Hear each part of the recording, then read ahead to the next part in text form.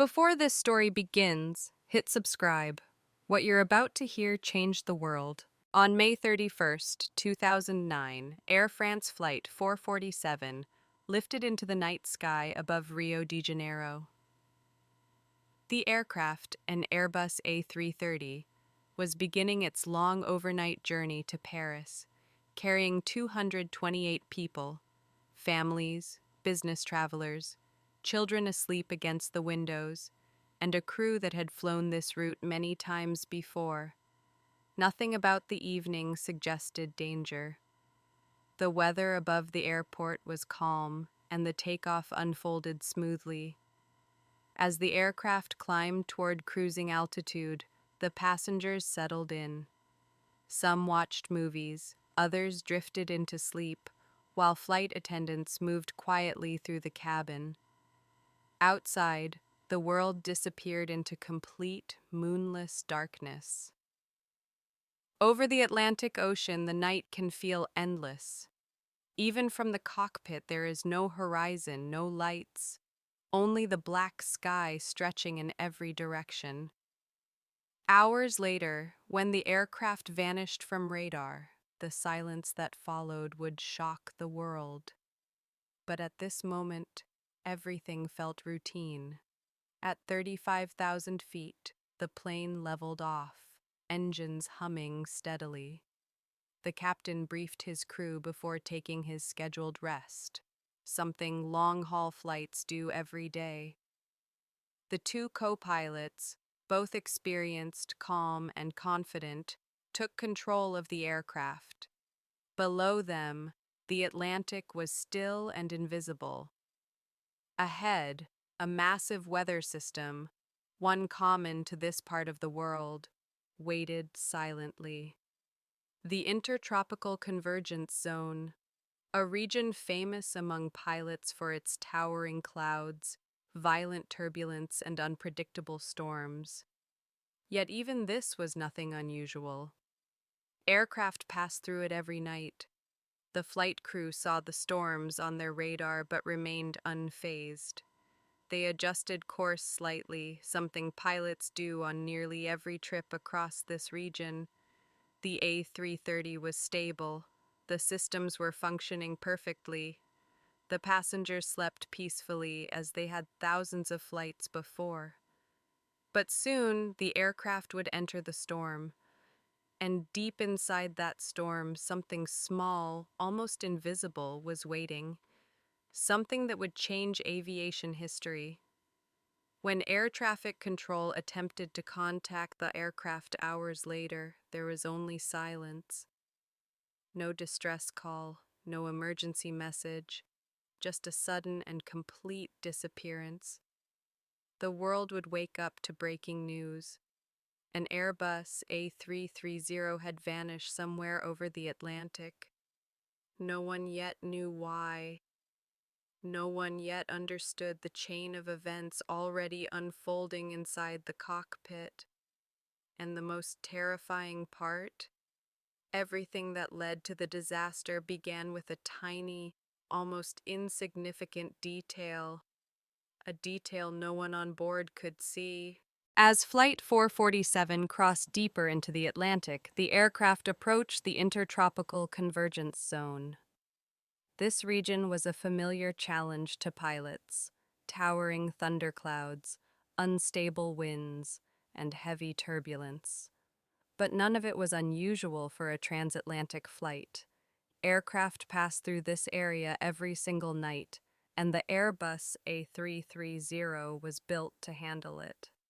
In the cockpit, the two co-pilots made slight course adjustments after studying the radar. The storms ahead appeared large but manageable. The captain, resting in the crew cabin, had briefed them thoroughly. Everything seemed under control. The passengers, unaware of the weather system surrounding them, slept peacefully. Only the faint vibration of turbulence brushed through the cabin. Inside the storm clouds, moisture and ice crystals swirled violently. Most of the time, these conditions leave no lasting impact on an aircraft. Pilots are trained for them. The plane's computerized systems automatically adjust to maintain smooth flight. But on this night, a perfect alignment of conditions was forming, something rare, unpredictable, and invisible. As the A330 entered a cluster of tall, icy clouds, tiny particles of supercooled water froze instantly onto the plane's exterior. Normally, this is harmless, but in this particular scenario, it caused a brief blockage of the pitot tubes, small but vital sensors responsible for measuring the aircraft's airspeed. No one on board could see this happening. There was no warning from outside the cockpit, no physical sign, just tiny pieces of ice accumulating in the worst possible place. And then it happened. At 2:10 a.m., the airspeed readings on the cockpit displays suddenly dropped. The aircraft's computer, detecting confusing data, instantly disconnected the autopilot. The calm, quiet cockpit became filled with alarms and flashing indicators. The co-pilots were forced to take manual control. The aircraft jolted slightly as the systems transferred control back to human hands. The co-pilots reacted quickly, but the situation was unlike anything they had prepared for. Without reliable airspeed and with turbulence shaking the aircraft, manual flight became enormously difficult. The younger co-pilot believed the plane might be losing altitude, a natural assumption given the sudden turbulence and conflicting indicators. He pulled back on the control stick to raise the nose. But at high altitude, lifting the nose too much can be catastrophic. The aircraft began climbing sharply, losing crucial speed. The beginning of a deadly chain reaction. The storm outside hid everything. There were no city lights, no horizon, no stars. The cockpit windows looked out into absolute blackness. The pilots had no visual reference, only instruments. And now many of those instruments were giving impossible readings. Warnings rang through the cockpit, altitude fluctuations, speed inconsistencies, system alerts. The pilots tried to interpret them, but the information was contradictory. The autopilot had disconnected at the worst moment. Turbulent air, unreliable data, total darkness. Meanwhile, the passengers felt only mild bumps, unaware of the danger unfolding just meters away in the cockpit. Many continued sleeping, not knowing their fate had already begun to shift. Inside the storm, the aircraft climbed too steeply. The A330's nose pointed high while its speed dropped dangerously low. The wings were losing lift every second. The jet was now approaching a full aerodynamic stall, a condition the pilots were struggling to recognize. All of it had happened within seconds. A tiny layer of ice, a moment of confusion, and now the aircraft was no longer flying the way it was designed to, and yet the worst part was still ahead. Because inside the cockpit, the pilots didn't yet know the aircraft was falling. They believed they were still climbing. As the Airbus A330 climbed sharply, the airspeed continued to drop.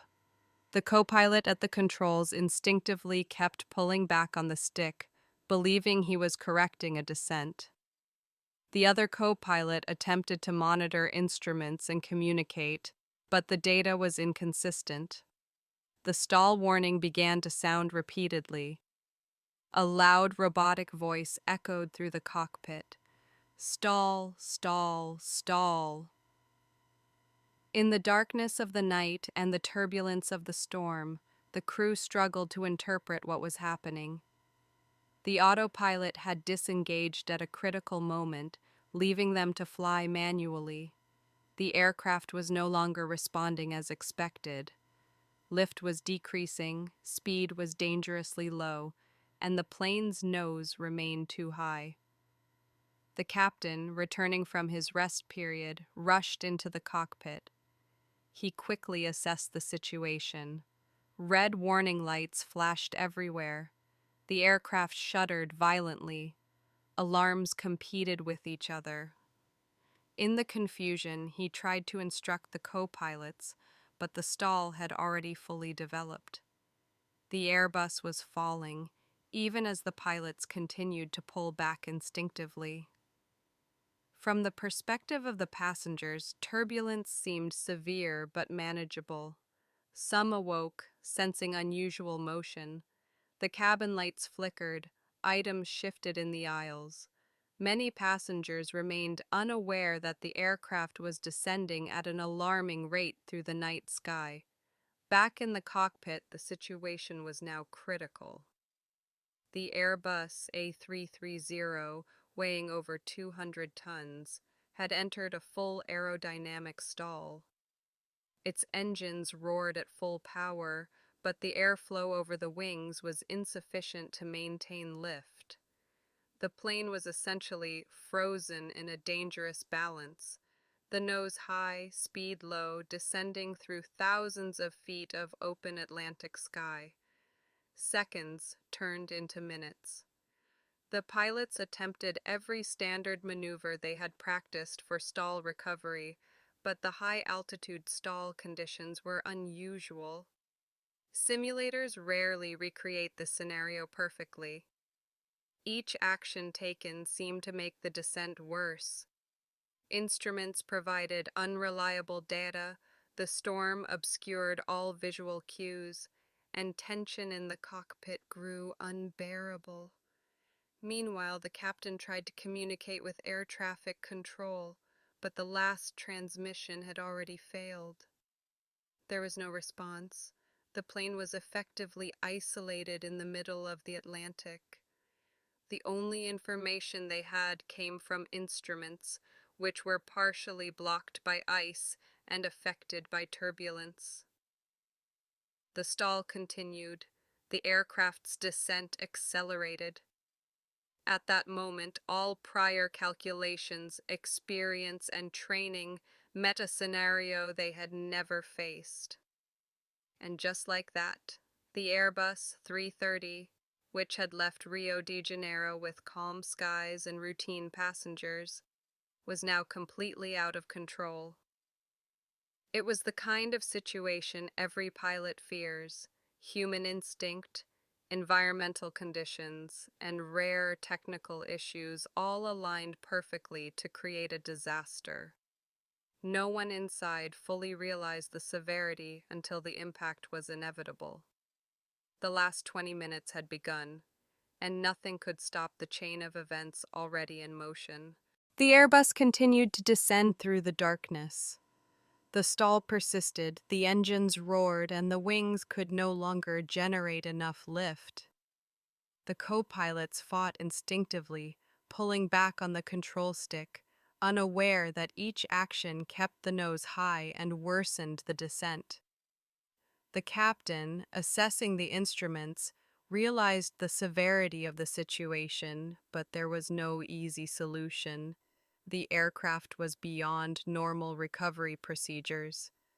Outside, the storm raged with unrelenting force.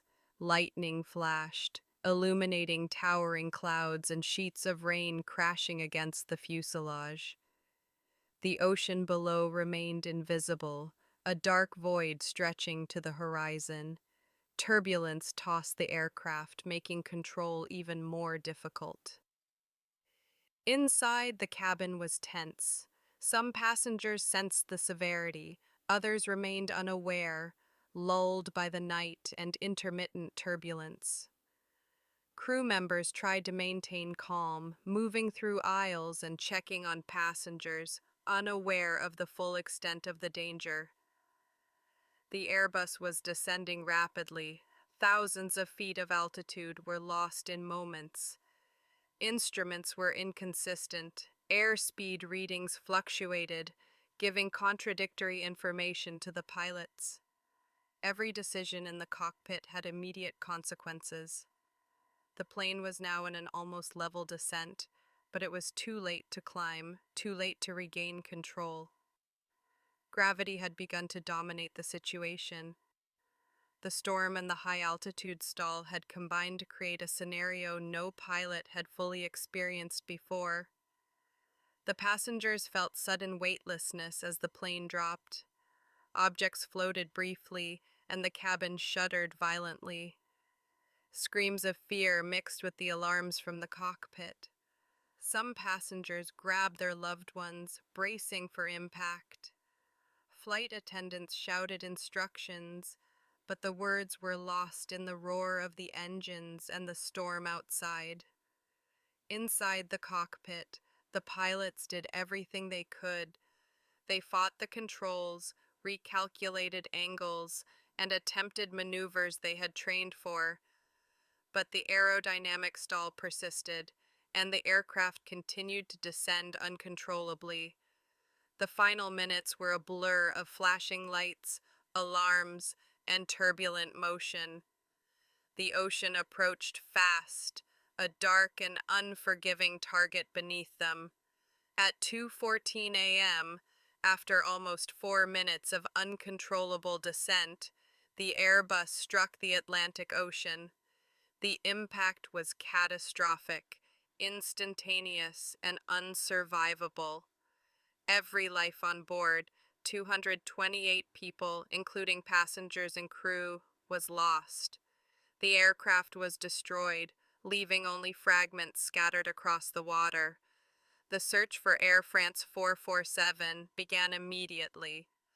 Ships scoured the ocean surface for debris while aircraft searched from above. Families waited for news, grasping at hope. Days turned into weeks, weeks into months, and the wreckage remained hidden beneath nearly 4,000 meters of water. Speculation ran wild: structural failure, terrorism, mechanical error, but the truth would only emerge years later. In 2011, the black boxes were recovered from the ocean floor. They revealed the final 20 minutes of Flight 447, a perfect storm of technical failures, human reactions, and natural forces. Ice crystals blocked critical sensors, the autopilot disengaged, and a series of instinctive maneuvers led to a stall that could not be recovered. The tragedy was not caused by one single factor, but by the combination of several small events aligning at the worst possible time. Air France 447 became a case study in aviation safety.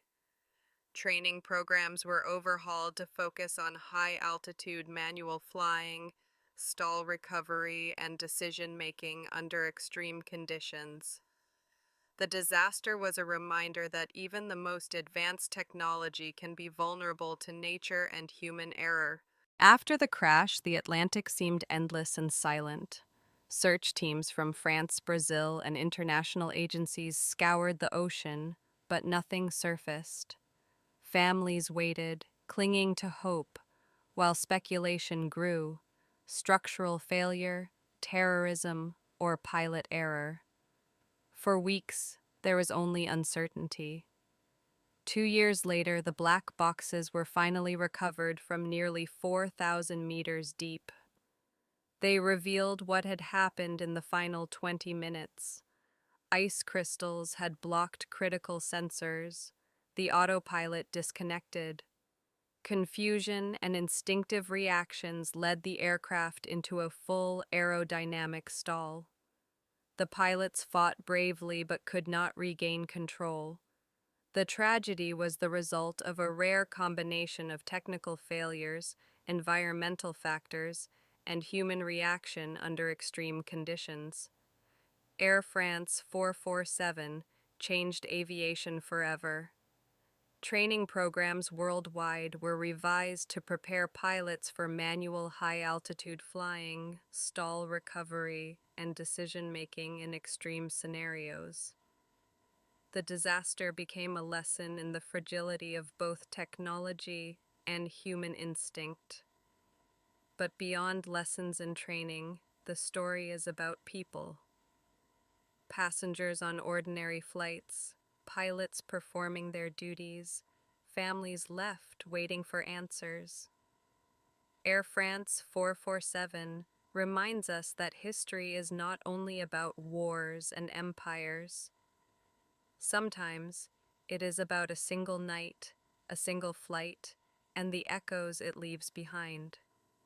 If this story moved you, consider subscribing to Echoes of History. Leave a comment with your thoughts and share this video to help keep the stories of the past alive. Some echoes never fade. If this story moved you, please subscribe, leave a comment, and share this video to help bring history back to life. Some echoes of the past never fade.